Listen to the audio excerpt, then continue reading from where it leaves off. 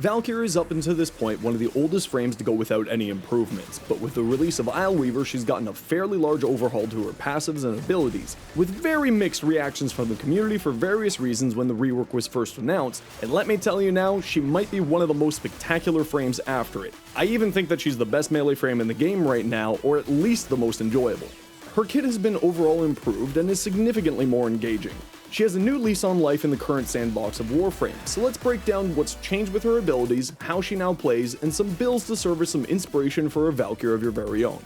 First off with her changes, she's gotten a major boost to her base stats, with both regular and prime receiving substantial buffs to her health and armor values, making her overall much more durable to chip damage, which is incredibly important considering the other changes to her kit. Longtime Valkyr players or people returning to Valkyr may now be saying, but wait, she doesn't need all that extra health and armor, she's invincible with her 4th ability active, why does that matter at all for her? Well, that's also been changed quite significantly. Valkyr is no longer invincible with Hysteria active, which we'll go over that ability's changes in a bit, so sit tight, but it's now been shifted over to her passive, and trust me when I say that's not a bad change, even if it's a bit shocking. Previously, her passive was fairly bland, being that she recovered from knockdowns 50% faster than usual, which was kinda pointless because Hysteria made her immune to status effects anyway, which knockdowns are considered a status effect. While it wasn't mentioned in the game, her passive also made her immune to hard landings, which if you don't know what that is, that's basically when you goof and forget to roll and have to do the superhero dynamic landing, locking you in place for a brief moment. Her new passive retains the previous benefits of being quicker to get up from a knockdown and still immune to hard landings, but with some seriously beneficial changes. She now has a rage meter, which is shown in this UI element in the bottom right of your screen, which gives her increased melee damage up to a maximum of 300% and is increased in a variety of ways, including attacking, killing and getting assists on enemies, and finishers or mercy finishers. However, this bonus damage does decay slowly over time when you're not attacking. This also plays into her previously mentioned changes to her invulnerability, where when she has at least half of her rage meter filled and takes lethal damage, her rage meter is fully drained and she receives 5 seconds of invulnerability and is fully healed. Kind of similar to how a shield gate functions, so we're going to be referring to this as many of us have been calling it a rage gate. During her rage gate, she's completely invulnerable to damage and can continue to charge her rage meter back up to the necessary half a meter, meaning that if it activates, make sure to attack as much as you can during that window to get your rage gate back, and rinse and repeat as it has no cooldown. I found that this change is leading to a much more engaged survivability mechanic, where we have to work, albeit not very hard, to keep Valkyr alive rather than throwing on as many energy economy mods as possible and being invulnerable for all time. When this is used in combination with her newly reworked first ability, I found that she's still functionally immortal as long as you're active in your missions. Speaking of her first ability, it's also gotten a major facelift as well. Ripline will now drag you directly to where you cast it, unlike before where it just kind of flung you at its general direction, giving her more controlled and significantly faster movement when used in this way. But the really big change is how it works when it's cast on an enemy. Rather than drag a single enemy towards you, it will take Valkyr to them and also group all enemies in a 9-meter radius of the person that you cast it on, and then do a melee attack on them. Now, as we mentioned with her Rage Gate, that you have 5 seconds of invulnerability to regain half of the bar to be able to reactivate it, and this is how I found to best manage that. With a decent amount of range, you're able to group enough enemies together to be able to get that rage meter back up in quick order, almost instantly if I'm going to be honest. In group play, I found that this can have some issues just due to the enemies being more spread out or dead from ally attacks, but if you're quick on your feet and paying attention, you should still be functionally invulnerable. Her second ability, Warcry, hasn't really seen drastic changes, but certainly welcome ones. Previously, it gave you and your allies in range a significant increase to attack speed and armor, as well as slow all nearby enemies. That slow has been moved over to her third ability, Paralysis, and Warcry has received some quality of life buffs that it desperately needed, and also retained its attack speed and armor buffs. First thing is that you're now able to recast it at will, and it's no longer a full body action, meaning that you can recast it on the move and no longer have your play interrupted by using her abilities. Additionally, its range is now affinity range, being 50 meters at base, which just gives this ability a huge amount of usability in squad play, as well as its base duration has been increased. Overall, it's some fantastic quality of life improvements to an already great ability. Her third ability, Paralysis, consumed all of her shields to deal damage, knock back, and stun enemies, leaving them open for potential finishers, which has always been kind of lackluster to me at least. Now, on the other hand, it's seen significant improvements. Paralysis will no longer cost shields, but instead 25 energy, and in addition to the previously mentioned slow being moved from Warcry to this ability, it will also deal a melee damage vulnerability debuff to all enemies in range, making them take more damage from all melee sources. This can really increase her damage in a significant way, helping Valkyr deal with stronger enemies with ease. And since it's now an upper body animation unlike before, meaning that we can move while casting it, it's gotten an improvement to its quality of life just like with Warframe. Finally, her fourth ability, Hysteria, has seen some major changes and improvements. Previously, it was an exalted melee weapon, meaning that when you cast it, it would activate its special melee weapon being her talons, and when she was using her talons, she would be completely invulnerable to damage as well as status effects. While it was active, it would keep track of the amount of damage that the ability's invulnerability blocked. And when Hysteria expired, due to either being turned off from something like a nullifier bubble or from lack of energy, she would take a portion of that damage being absorbed, which could sometimes lead to her literally kabooming herself in anger. This older version had a massive energy drain per second, meaning that energy economy was always an issue and a threat to her very survival with that exploding feature. After the rework, it's honestly a much more enjoyable ability. As we mentioned, the invulnerability has been moved to the passive, which has led to the removal of the function that would kill you if you ran out of energy or the ability was turned off, which is a fantastic improvement.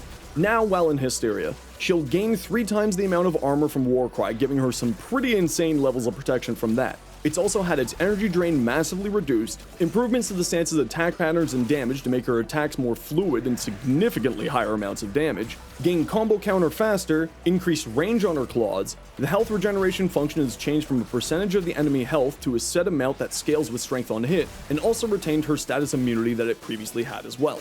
All of these changes have led to her being a much more fluid, engaged, and enjoyable melee frame to play, and since her invulnerability is no longer tied to her fourth ability, we now have options to take advantage of some of these amazing melee weapons in the game on Valkyr without fearing for our survivability. This means that we now have some fantastic build variety and diversity even if she's still a full-blown melee frame. With that out of the way, let's get into the builds. As we mentioned, since we no longer need to have Hysteria for our survivability, we have 2 builds today, one based around her Talon's exalted melee weapon and Hysteria, and the other one's a more generalized build to use with any melee weapon. I've also put out a beginner build short for those of you who are newer to the game to use as a modding guide linked in the description. Before we get into that, let's talk about focus schools. Depending on your personal preference, there's 2 main choices for us to use for focus schools, Maturai and Narman. Maturai is an excellent option for Valkyr to increase her physical damage from the Phoenix Talon's passive. The 40% increase to power strength from Sling Strength allows us to potentially snapshot boosts to Warcry and Hysteria, as well as increases the damage in our Operator or Drifter, which can be critical for certain missions like Void Cascades. Narman, on the other hand, is fantastic for melee quality of life, with its Power Strike passive making our combo counter decay at a slow rate rather than instantly, which just gives Valkyr some extra breathing room in missions. But this can also easily be solved through the use of Dexterity Arcanes, which each increase your combo duration by 7.5 seconds, for a potential boost of 15 seconds of combo duration when used on both your primary and your secondary. Ultimately, both are good choices, but I personally tend to run Maturai with its variety of bonuses, and then slap on some Dexterity Arcanes to assist with the combo duration for the best of both worlds. I tend to enjoy running my Dirija with these builds, as it's a fantastic primer for melee-based frames with its Arc Coil Precept applying a ton of status effects to allow us to take advantage of Condition Overload's damage increase, and Duplex Spawn's chance at energy orb drop, as well as spawn health orbs from Synth Deconstruct, which will help us with our energy economy when we take into account our shard choices. My Dirija build short is in the description of the video for you to reference later, but other excellent options would be a Hound from Assessora Parvos, a Panzervolt Baphyla, Helmuth Charger, or Feral Predacite, which I have build shorts for as well if you need them. I just find that Dirija works best for my playstyle. Along with that, we have our shard choices as well, which are the same for both builds but are very flexible to your personal preference if you find that it's lacking in one area or another to fit your playstyle. We're using 1 Amber Caspi Shard, as I've personally found this to be just a nice quality of life improvement mainly for Ripline. I've also got 2 Violet Shards to convert health orbs created by our Helmuth option or Synth Deconstruct into energy for our energy economy. For our last 2 shards, I've chosen to go with 2 more Violets to increase our critical damage of her talents since they're super critically inclined. But as I said, these are super flexible, so make sure to use whatever shards work best for you. For our first build, let's focus on Hysteria and her Exalted Talons. This first build is leaning heavily on her Ripline, as I find that ability just too much fun for movement, indirectly improving its survivability with its synergies for her new passive, and just overall enjoyment factor. So we're going to be investing into range on her much more than you may previously have. With this build, we're using Varuna's Helmuth ability, Lycat's Hunt, over Paralysis, as that will cause enemies that die to melee attacks around you to drop health orbs and the occasional energy orb, feeding our overall sustainability with those Valid Shards that we talked about. Another excellent option for helmets with this build would of course be Nourish for the bonus viral damage, as well as, and more importantly, the energy multiplier that it offers us to improve her overall energy economy. Since we're running this with our Doriga or another status priming companion, we're increasing Lycat's Hunt duration by killing enemies with 5 or more status effects on them, which the Doriga's Arc Coil preset will apply a ton of status effects every second, so we don't have to worry very often about recasting this ability. For the mods, I'm using Steel Charge largely for the increased mod capacity that it offers over other auras, so that I don't have to invest as heavily into Forma on her kit, and its melee damage increase is nice. However, if you're happy to invest in other Umbral Forma on here, you can absolutely swap this out with the Corrosive Projection to decrease enemy armor, Growing Power for more power strength, or Sprint Boost to get you to the enemies faster. In our Excellent slot, we have Cunning Drift to increase our range of our Ripline to improve its enemy grouping function, along with Augur Reach and Stretch. Since we have 2 abilities that are duration buffs with Warcry and Lycat's Hunt, I've gone with Prime Continuity to increase those a bit, as well as give us some reduction to Hysteria's energy per second drain, which both efficiency and duration affect. Since both Warcry and Hysteria scale well with strength, I've gone with Blind Rage, Transient Fortitude, and Umbral Intensify to really boost that up as much as possible, granting her increased damage in Hysteria and increasing our attack speed and armor from Warcry. Since we've already got one of the Umbrals, and with the changes to her survivability mechanics, I've thrown on both an Umbral Vitality and Fiber, increasing her health and armor values massively, and also giving the Umbral Intensify an additional 33% power strength through the set bonus. However, I'm going to be completely honest with you, Umbral Fiber is not in any way necessary for her kit and survivability, as her passive is just that strong. So if you're wanting to slot in something else, this is the spot for that. Some excellent options that I also enjoy using are Endless War to allow you to increase the duration of Warcry with melee kills, Equilibrium to give you more flexibility with your Archon Shard choices, Hunter Adrenaline or Rage to give her energy when she takes damage if you want to use a completely different helmet option or shards, or if you really want to be ultra survivable, Adaptation for its 90% damage reduction. For Arcanes, I'm using Arcane Battery to increase our energy pool based off of our armor values, since her base kit plus Warcry means you're getting the max 1000 energy from it, and Molt Augmented to increase our power strength even further for our various abilities. But some other great options are Energize if you find you're running into energy economy issues or wish to use a different helmet option, or Arcane Fury for more melee damage. For our Talons, we have 2 builds today, one with and without melee influence. For the non-melee influence build, we have the Hysteria stance because that's our only option, and with the improvements to the stance's damage, it's quite powerful now. I'm using Dreamer's Wrath to increase the likelihood of activating Tennocon, as well as increase our critical damage with those special heavy attacks by additional 32%. As her talons are an exalted melee weapon, she has 100% follow through, making Primed Reach especially powerful on her when used in combination with Ripline's grouping function. For our base damage increase, since we're using the Doriga for priming our enemies, Condition Overload just makes sense. However, as her passive now gives damage, you may find that you don't actually need a damage mod on her claws. I just personally prefer this route, but it's an option for improved mod space if you feel you need it. But another great option in this slot is a faction mod if you're a fan of those.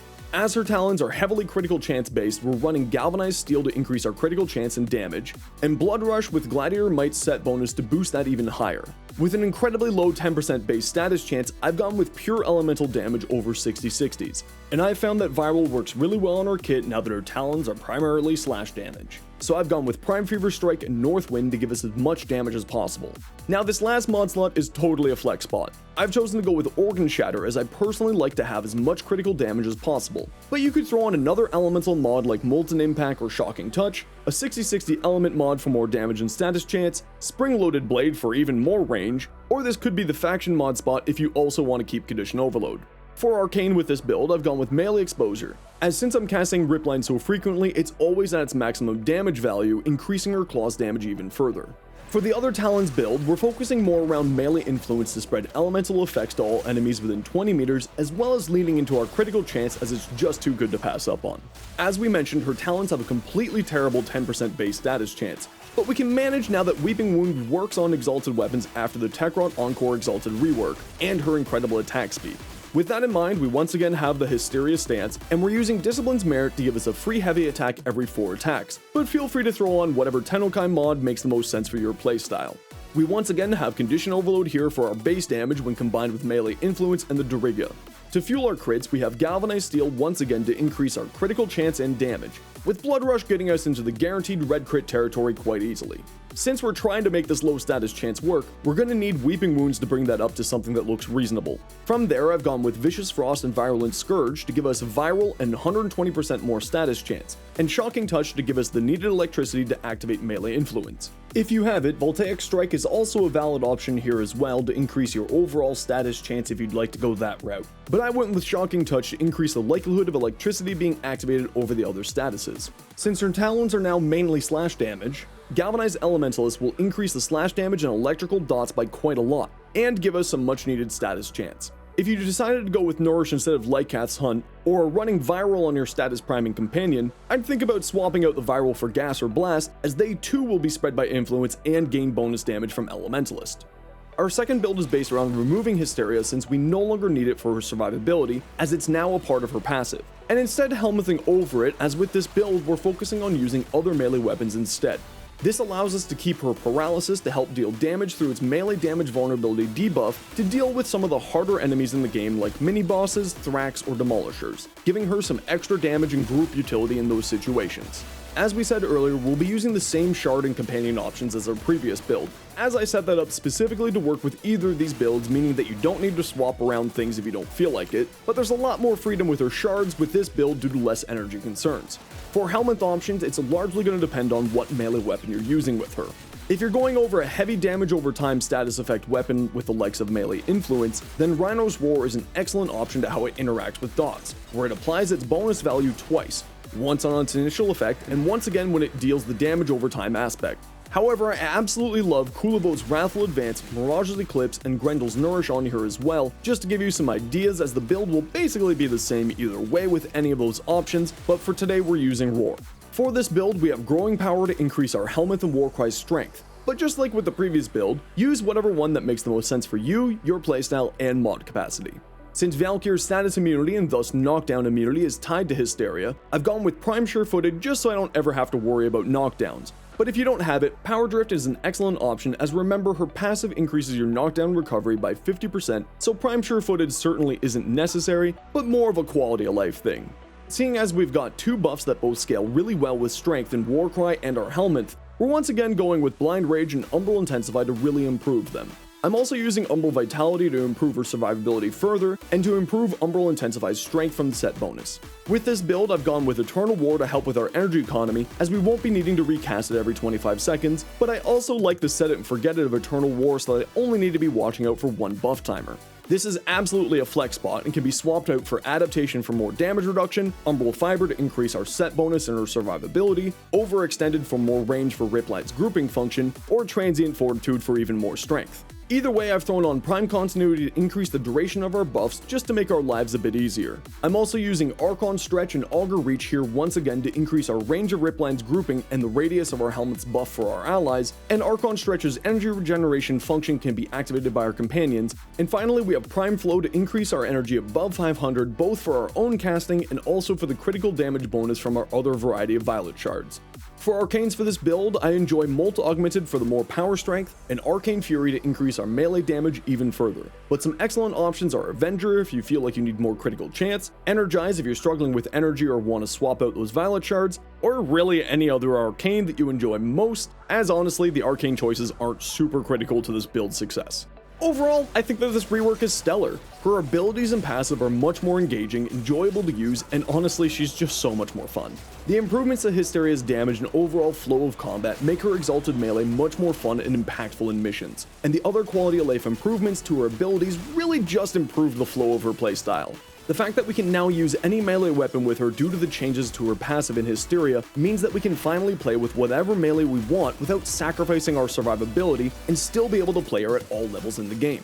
While I may not have any footage of it, many other creators have taken builds similar to this to level cap and had zero problems with their survivability, as long as they were active in runs and properly using her Ripline to group enemies to allow for faster recharging of her rage meter. In my mind before the rework, she was a solid B tier frame. Good, but nothing really all that special and was kind of just a one-trick pony.